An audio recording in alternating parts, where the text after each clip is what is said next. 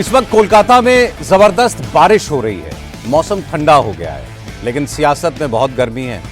तृणमूल कांग्रेस के नेता कोलकाता में उस स्ट्रांग रूम के बाहर पहुंचे हुए हैं जिसमें 7 विधानसभा सीटों की ईवीएम्स रखी हुई हैं। तृणमूल कांग्रेस के नेताओं का आरोप है कि स्ट्रांग रूम के अंदर कुछ लोग घुसे हुए हैं। काउंटिंग से पहले गड़बड़ी की कोशिश हो रही है।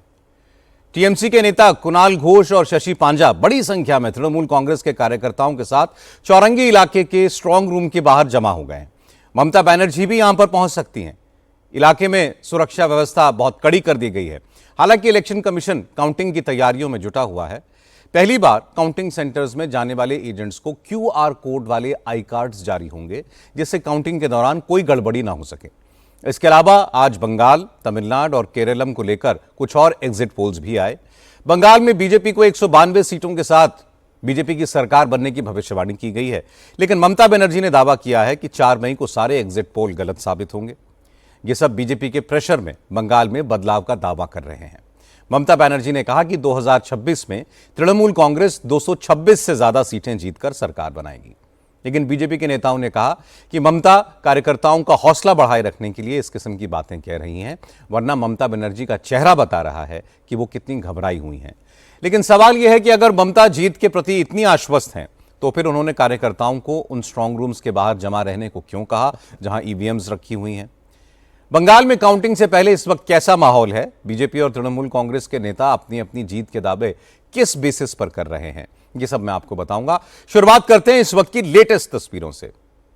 इस वक्त की ताजा खबर यह है कि बंगाल में ममता बनर्जी की पार्टी के नेता नेताजी सुभाष स्टेडियम में बने ईवीएम स्ट्रांग रूम के बाहर धरने पर बैठे हैं और आरोप लगा रहे हैं कि चुनाव आयोग बंद कमरों में ईवीएम में हेराफेरी कर रहा है।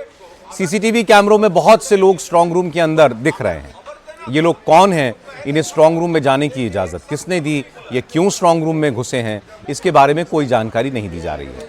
टीएमसी नेता कुणाल घोष और शशि पांजा इस वक्त कोलकाता के चौरंगी इलाके में खुदीराम अनुशीलन केंद्र के बाहर बोया बिस्तर बिछाकर बैठ गए हैं। नॉर्थ कोलकाता के इस स्ट्रांग रूम में 7 विधानसभा इलाकों की ईवीएम्स रखी हुई हैं। धरने पर बैठे टीएमसी नेता शशि पांजा ने कहा कि उन्होंने स्ट्रांग रूम के सीसीटीवी कैमरों की फुटेज में देखा है कि अंदर कुछ लोग घुसे हैं, संदिग्ध गतिविधियां हो रही हैं, इसलिए वो भागकर यहां पहुंचे। लेकिन चुनाव आयोग इस बात का जवाब नहीं दे रहा है कि उम्मीदवारों को बताए बिना किन लोगों को अंदर भेजा गया था। ये है सब कैमरे जो बाहर होते हैं, ये कैमरे बाहर होते हैं। इसमें 17 नंबर कैमरा में देखिए क्या दिख रहा है। दिख रहा है कि कोई लोग अंदर हैं। ये स्ट्रांग रूम है। ये स्ट्रांग रूम में ये लोग कौन है? इस विषय को लेके हम लोग दौड़े, हमारे यहाँ एजेंट्स थे, हम लोग दौड़े आए कि ये लोग कौन है, ये लोग स्ट्रांग रूम में क्या। ये देखिए बक्सा, सब बक्सा है, कल वोट हुआ है, सब बक्से हैं। ये लोग कौन है अंदर में? और ये सब देखिए गुलाबी कागज, ये लोग क्या है? गुलाबी कागज क्या है?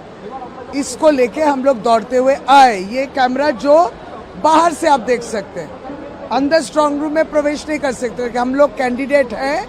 इसको लेके कुणालदार हम लोग उपस्थित हुए और हम लोग ये दावा रखें कि ये अंदर में क्या बात चल रही है, हम लोग को जानकारी क्यों नहीं है। आप लोगों को लग रहा है गड़बड़ी हो रही है? गड़बड़ तो हो रही है। अगर आप पॉलिटिकल पार्टी को खबर इत्तला नहीं देते हैं कि कुछ काम होने वाला है, पोस्टल बैलेट हो या जो भी हो, तो गड़बड़ी है। तो पॉलिटिकल पार्टी को कहा जा रहा है कि आपको 3:20 पे मेल भेजा गया है। कुणाल घोष ने भी आरोप लगाया कि ट्रांसपेरेंसी नहीं है। स्ट्रांग रूम को बिना किसी गवाह की मौजूदगी के खोला गया। कुणाल घोष ने कहा कि अफसर कह रहे हैं कि आपको ईमेल से सूचना दी गई थी, हम पहुंच गए तो हमें घुसने नहीं दिया जा रहा है।